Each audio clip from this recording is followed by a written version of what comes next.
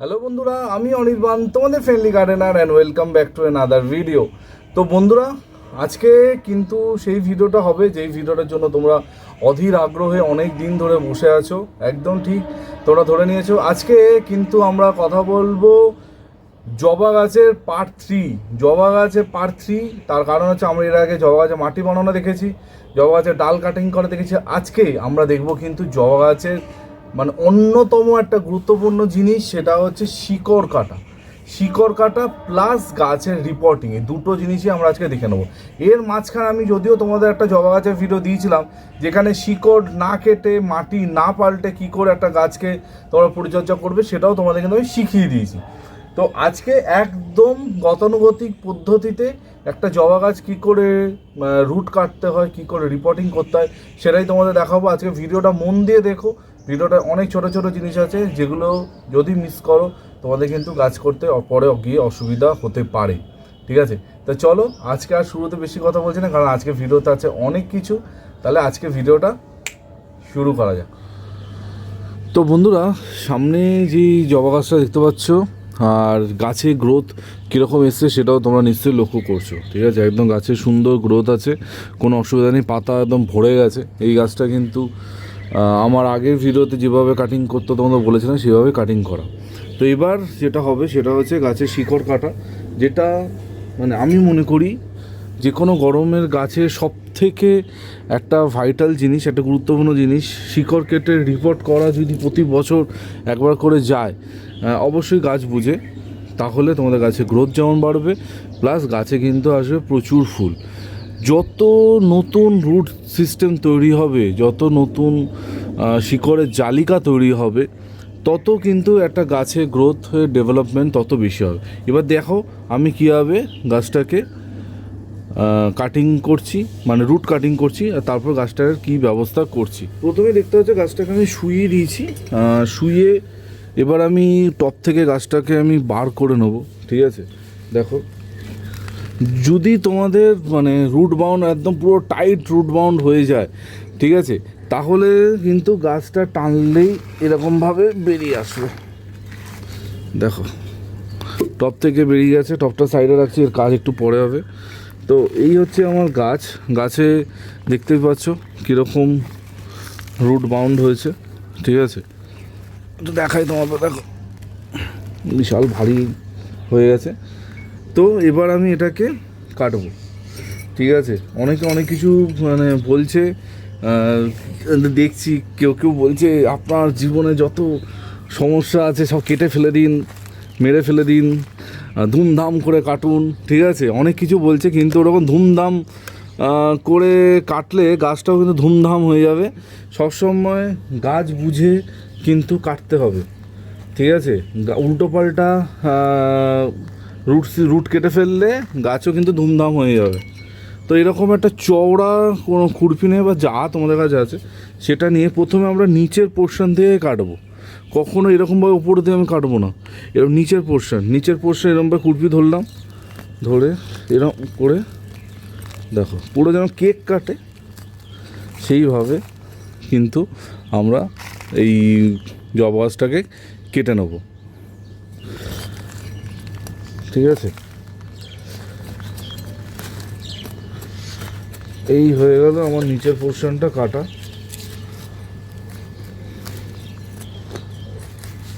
আর সবসময় নিচে একটা প্লাস্টিক পেতে কাজটা করবে, না হলে ছাদটাই নোংরাবে। তো দেখো প্লেট আমাদের বেরিয়ে গেছে। ঠিক আছে, এই হচ্ছে দেখো, এটাকে সরিয়ে দিলাম। এবার যেটা করব, এবার দেখো এই যে সাইডগুলো আমরা কাটবো, জাস্ট লাইক দ্যাট। এইভাবে সাইডগুলো কিন্তু কাটবো। লক্ষ্য করবে আমি কিন্তু মাঝখানে একদম খুরপি চালাচ্ছি না, মিডিল পোর্শনটা কিন্তু ইনট্যাক্ট যেরকম আছে ওইভাবেই রাখবো। ঠিক আছে, এই হয়ে গেল আমার সুন্দর করে কাটিং করা। ওপর দিকে যে আগাছাগুলো আছে আগাছাগুলোকে আস্তে করে সরিয়ে দেবো, ঠিক আছে। একদম সুন্দর রুট বলটা কিন্তু বেরিয়ে গেছে, ব্যাস দ্যাটস ইট। মানে আমরা কিন্তু এই হয়ে গেল কিন্তু আমাদের শিকড় কাটা। আর বেশি কিন্তু কাটবো না, ধুমধাম করে কাটতে চলে যাবো না, তাহলে কিন্তু গাছের কিন্তু 12টা বাজবে, ঠিক আছে। দেখো একদম সুন্দর রুট বলটা তোমরা দেখতে পাচ্ছ, একদম সুন্দর। আর যেটা বললাম আরও একবার বলছি, মিডলে কিন্তু আমরা কোনো রকম ছুরি কাঁচি কিচ্ছু চালাবে না, যা হবে সাইড দিয়ে হবে, ঠিক আছে। সাইডগুলো আমি সুন্দর করে কেটে দিয়েছি, তোমরা দেখো দেখো এরমভাবে রুটটা বেরিয়ে এসছে, ঠিক আছে। এবার এটাকে আমরা করব রিপোর্ট। এবার রিপোর্ট করতে গেলে কি করতে হবে, চলো প্রথমে এই জায়গাটা ক্লিন করে নিই, তারপর তোমাদের দেখাচ্ছি। তো বন্ধুরা দেখতে পাচ্ছ ক্লিন করে দিয়েছি। এবার যেটা হতে চলেছে সেটা হচ্ছে রিপোর্ট। দেখো রিপোর্ট যেদিনকে শিকড় কাটবে সেদিনকেও করতে পারো, বা তোমরা 1-2 দিন রেখেও করতে পারো, ঠিক আছে, যদি তোমাদের সময় থাকে। আমি দিনে তোমাদের দেখাচ্ছি, কিন্তু 1-2 দিন রেখে একটু হালকা শিকড়টা ট্রাই করে তোমরা কিন্তু বসাতে পারো, মানে অপশান আছে। কিন্তু আমাদের কাছে এখন সময় অনেক কম, অত সময় নেই আজকে তুলবো আবার 2 দিন রাখবো তারপর করবো, এসব কিছু করা যায় না, ঠিক আছে। তো আমি কি করছি, আমি গাছটাকে কিন্তু এক্ষুনি বসাবো, ঠিক আছে। তো মাটি নিয়ে চলে এসেছি, মাটিটা নিয়ে কিছু বলছি না, কারণ এই মাটি কি করে বানিয়েছি তার ভিডিও কিন্তু বেশ কিছুদিন আগে দিয়ে দিয়েছি। সেই মাটি, সেই আমার বানানো মাটি, প্রায় মনে হয় 1 সপ্তাহ 10 দিন হয়ে গেছে, যে সার দিয়ে আমি যে মাটিটা বানিয়েছিলাম তোমাদের দেখিয়েছিলাম, সেই মাটি এখানে কিন্তু আছে।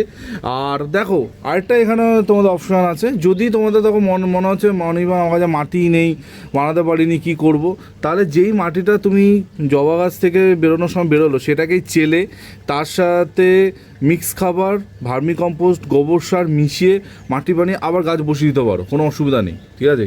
কিন্তু যদি সম্ভব হয় মাটিটা একটুখানি টাইম নিয়ে বানাও, অন্তত 1 সপ্তাহ 10 দিন ধরে, তাহলে কিন্তু মাটিটা সুন্দর তৈরি হবে। তো চলো, আমি কিন্তু ওই টবটাই ইউজ করছি যেই টবটা থেকে গাছটা বার করলাম, কারণ টবটা যথেষ্ট বড়, ঠিক আছে। এটা একটা 10 ইঞ্চি টব আছে, ঠিক আছে। তো দেখো প্রথমে আমি যেটা করি সবসময়, যে ছিদ্রটা বন্ধ করার জন্য একটা খোলামকুচি দিয়ে দিলাম। এটা তো তোমরা সবাই জানো, এখন জেনে গেছো, খোলামকুচিটা কিন্তু মাস্ট, ঠিক আছে।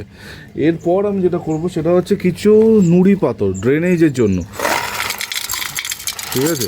এই জায়গায় তোমরা সিন্ডারও ব্যবহার করতে পারো, যা ইচ্ছা। তো আমি এরকম নুড়ি দিয়ে দিলাম, দেওয়ার পর 1 লেয়ার মাটি চলে যাচ্ছে,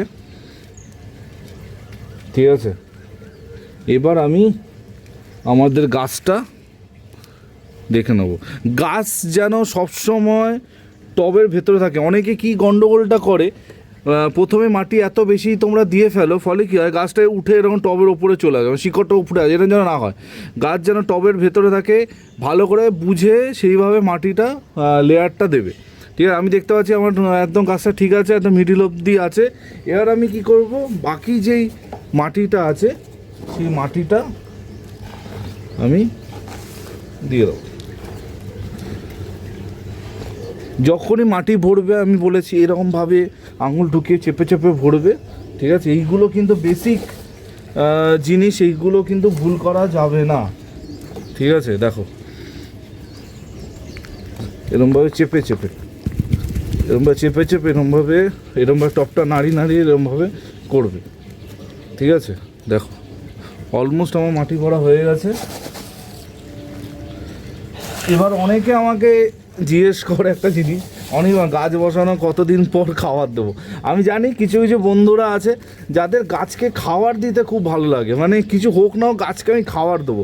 দেখো যদি তোমরা সার মাটি দিয়ে গাছ বসাও, অন্তত 45 দিন এই গাছে কোনো রকমে কিচ্ছু দিতে হবে না, মানে 40-45 দিন পর থেকে খাবার দেওয়া শুরু করা যেতে পারে, কিন্তু এই মুহূর্তে গাছে কোনো খাবার দিতে লাগবে না। তো এই হয়ে গেল আমার জবা গাছের কাটিং, মানে রুট কাটিং প্লাস রিপোর্টিং।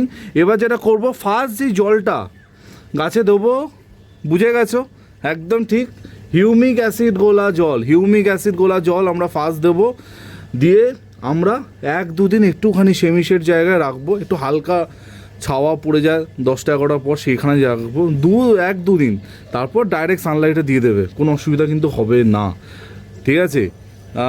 চাইলে তোমরা ফাঙ্গিসাইড একবার স্প্রে করে দিতে পারো বা গোড়ায় ফাঙ্গিসাইড গুলে দিতে পারো, কিন্তু আমি ব্যক্তিগতভাবে গোড়ায় ওই ফাঙ্গিসাইড গুলে ঠুলে দিই না, আমার এতেই কাজ হয়ে যায়। হিউমিক অ্যাসিডটা কিন্তু থাকলে অবশ্যই গাছে দিয়ে দেবে।